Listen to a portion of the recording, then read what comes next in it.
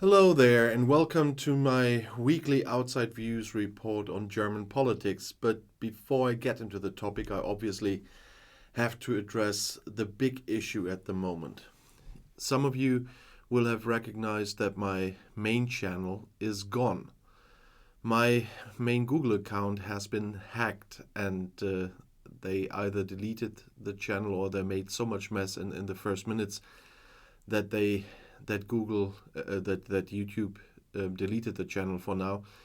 I'm obviously trying to get back my Google account again, and with that and then I will try to get back my channel. But that is not a very easy situation, as you can imagine. This is honestly an existence-threatening situation, and I don't wish that to anyone to go through that. I was so devastated yesterday evening when that happened. I can't even describe the feeling. Obviously, I immediately tried everything to get that back, but it will take a while until I get an answer from Google, because they're checking everything now and to check who's the real owner. Keep your fingers crossed that everything will be fine, and then after that I will have to talk to YouTube, because they want me to have my Google login first, and then I can talk to YouTube to see what's possible with the channel. But it's a lot out there in the open at the moment. But as you can see, I fortunately, with all the mess that's happening and all the existence threat that's existing at the moment, I quickly realized what was happening and could take off the infected PC immediately from the internet, and then I secured all other logins I had. I changed every password I had anywhere, and so that's why most of my other channels still exist, and why I can work on all those channels that are related to the Outside Views magazine channel, for example. And so that's why I'm talking about German politics in a minute. But until everything is sorted, I will have to try to do my best here on this channel. For the time being, I link my merch shop with the new logos I set up on the day when the whole show happened, and I will see how I get through this. But believe me, it's not easy, and I didn't do it on purpose that you can't see my Brexit videos. Tomorrow is UK Politics Day, so I will probably upload the 3 videos on this channel instead of the weekly overview that I uploaded them already on the other channel, but they have never been published because they were supposed to be published today when I'm filming this now. From your point of view, it's yesterday. So they never appeared on the channel. So you will see videos of mine on this channel every day, but on the planned topics for the moment, I have not decided to do anything differently with this channel yet, because I need to know what's going on with my main channel. But I hope you stick with me. If you stumble upon anyone in the comments somewhere that's asking the same question, where my channels are gone on some of my other channels as well, or on Phil's or Max's channel, whatever, let them know that Outside Views magazine still exists, and everyone is welcome here as well. But now let's get to the topic of this video now, with stuff that's not only very interesting to me, obviously. According to a survey, trust in all political institutions has fallen drastically compared to the previous year here in Germany. There is a loss of trust in all 10 institutions surveyed, according to the RTL and NTV Trend Barometer published on Tuesday. The greatest decline in trust can be observed in the 2 executive institutions at the federal level. Only 33% trust the federal chancellor and 34% the federal government. That's a drop of 24 and 22 points respectively. The Bundestag, the federal parliament, in which 37% of those surveys had confidence at the turn of the year, recorded a decline of 13 percentage points. Trust in the federal president fell by 12 points to 63%, but as in previous years, he had the greatest trust of all other political institutions. Trust in mayors fell by 11 points to 44%, according to the Forza Institute's 15-year trust ranking of institutions. At the turn of the year, the state governments with 46%, the municipal councils with 43%, and the city or municipal administrations with 43% each showed a 9 percentage point lower level of trust. The decline in trust in the European Union with 31% and the political parties with 17% was slightly lower at 7 percentage points each. According to the information, a comparison with the trust value that Angela Merkel had received at the turn of the year 2020-21 at the peak of the corona wave at the time shows how drastically trust in the institution chancellor has fallen. At that time, 75% of the population has great confidence in the chancellor.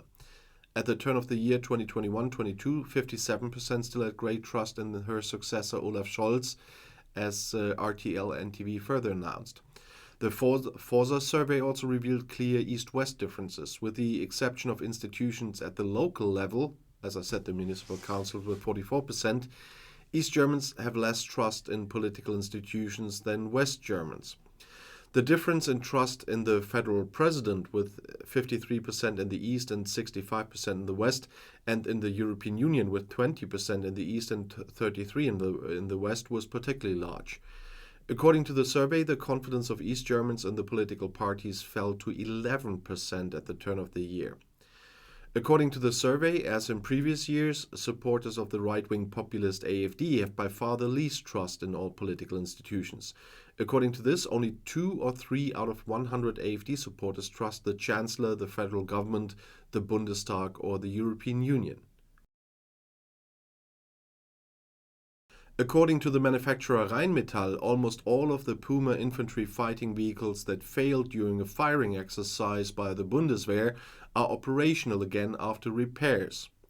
The assessment of the vehicles was completed at the end of last week. Almost all of the damage was minor, said a company spokesman on Monday to the German press agency in Berlin on request. And of 18 vehicles, 17 are driving again. A comprehensive repair was only necessary on one of the vehicles that had a cable fire. A spokesman for the Ministry of Defense said that there was a status of the damage, but he did not provide precise information on Monday. From this, a plan will be drawn up with all those involved as to how the Puma tanks could also be used under combat conditions in the long term. This will certainly take a few more days, he added. After 18 of 18 infantry fighting vehicles deployed failed during a shooting exercise, Defense Minister Christine Lambrecht pulled the emergency brake and had military vehicles of the same type removed from a German NATO obligation in the VJTF Rapid Reaction Force. The German soldiers reported ready for action are now equipped with the older Marder infantry fighting vehicle. Lambrecht also put the subsequent purchase of the affected series on hold for the time being. So far, questions about how serious the technical problems were or whether there were operating or maintenance errors have remained unanswered. The Puma infantry fighting vehicle was only declared combat ready in 2021 and is being built jointly by the armaments companies Rheinmetall and Krauss-Maffei-Wegmann or KMW. The Christian Democrats in the Bundestag reprimanded Lambrecht for, from their point of view, sluggish clarification of the recent failures of the infantry fighting vehicles. The holder of the command powers seems to be more important than finally clearing up and cleaning up your own Christmas vacation, said the defense policy spokesman for the union faction Florian Hahn from the CSU to the German newspaper Welt. If you're wondering about current deficiencies in the Bundeswehr, you can say the fish stinks from the head, said Hahn. The minister broke her own promise to create transparency as soon as possible. Hahn had previously asked the ministry for the current status and the results of the announced comprehensive assessment of the situation, without an answer, as he says. He doubts that the industry is being blamed one-sidedly. The minister was obviously completely wrong in the initial diagnosis, he said. After the opposition, the Greens also called for faster clarification and more transparency towards the Bundestag. Having a plan is good. Nevertheless, we would like to know very soon what the problem was and not have to collect pieces from the troops and the press, said Sarah Nanni, leader of the Greens parliamentary group in the Defense Committee. That was reported by the German newspaper Taz on Tuesday.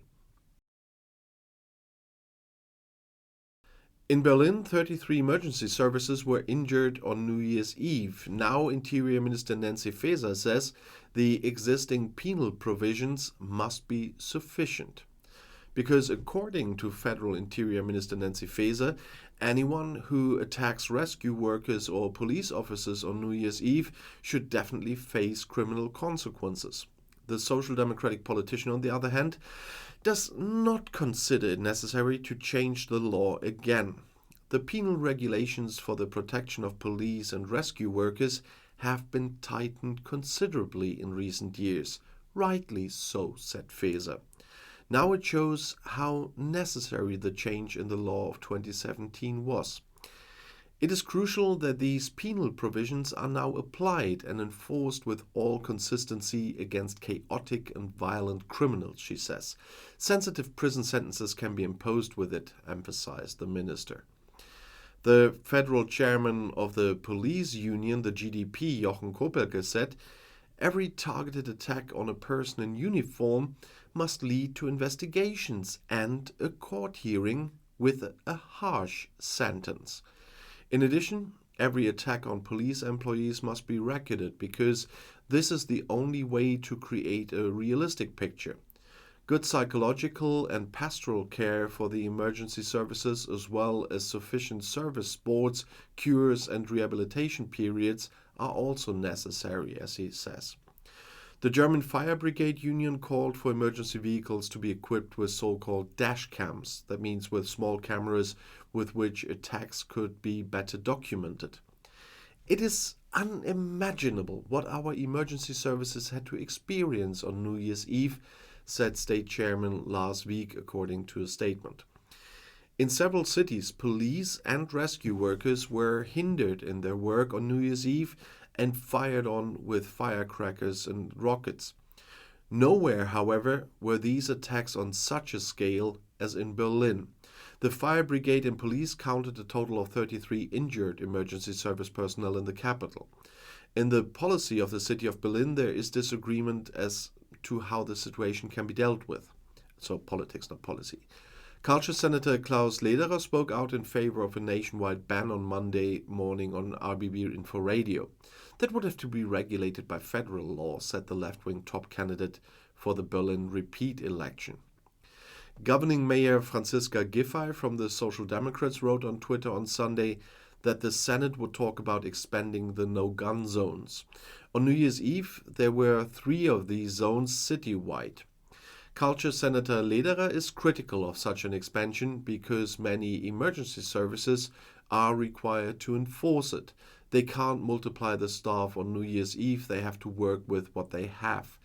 I actually wish that we use our police officers for what they are there for and not for cat and mouse games in the city, said Lederer. Yeah, but he wants to put their own blame on the federal government. CDU country chief Kai Wegner rejects a general ban on firecrackers. I think we shouldn't, because a few hundred chaotic criminals attack the police and fire brigade, take away this tradition from the families. That's what he said on Monday on German television. This is a social problem that you cannot solve with a ban on firecrackers alone, but with recognition, respect for the professions of police and fire brigade, and with enforcement of the law, he said. As I mentioned, in May 2017, the law to strengthen the protection of law enforcement officers and rescue workers came into force. Since then, attacks on police officers, investigating prosecutors, military police, and other security forces can be punished with up to 5 years in prison. Previously, there had only been a special threat of punishment for attacks during enforcement actions, such as arrests, since the reform also during any other official action. Likewise protected are by the change the forces of the fire brigade, the civil protection, and the rescue services. At the beginning of the year, Germany took over the leadership of the NATO Rapid Reaction Force, the VJTF.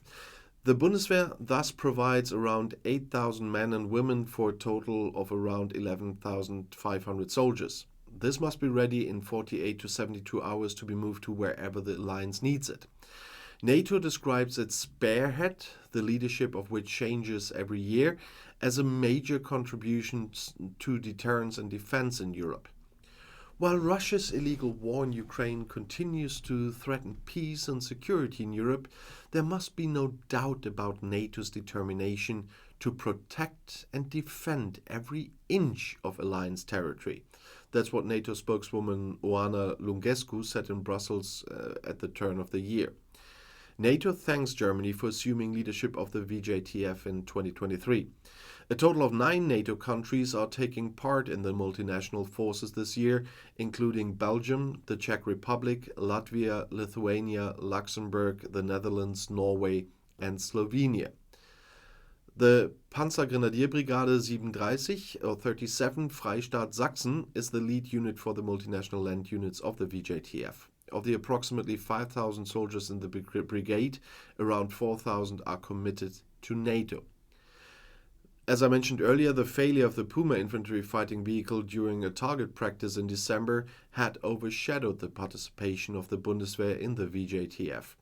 After numerous technical defects, Defense Minister Christine Lambrecht announced that the German soldiers would not be provided with the Puma as a combat vehicle, but with the older Marder.